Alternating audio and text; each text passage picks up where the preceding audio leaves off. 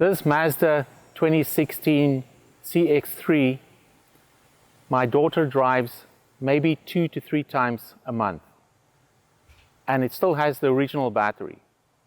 Now, throughout COVID, we realized that the battery was dying, so we equipped it with our 20-watt solar kit. And it's pretty simple. We have the solar panel lying on the back tonneau cover. Right here. And the controller that controls the charge of the panel to the car, and the 037 OBD2 diagnostic port adapter that hooks up in the cabin right here. And that's it. The battery is now being maintained. The controller is delivering a charge to the battery.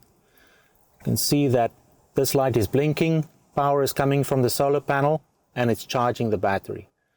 Now, why do we have a controller?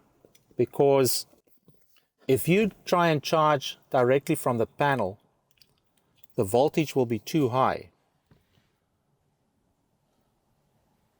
Battery can receive no more than 14.5 volts, and we're currently measuring 19.2 volts.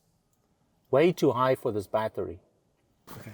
Now, when you hook it back to the controller, it'll regulate the power and charge the battery correctly.